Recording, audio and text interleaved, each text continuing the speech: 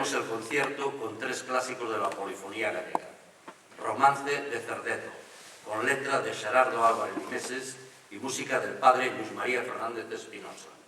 Airiños, Airiños Aires, con letra de Rosalía de Castro y música de Antonio Jausará San Miguel. Y Negra Sombra, con letra de Rosalía de Castro, música de Joan Montes y arreglo de Manuel Fernández Amor. Por cierto, al final de la actuación, en el vestíbulo habrá a la venta ejemplares del CD de la última actuación, por si alguno de ustedes interesase guardar el recuerdo.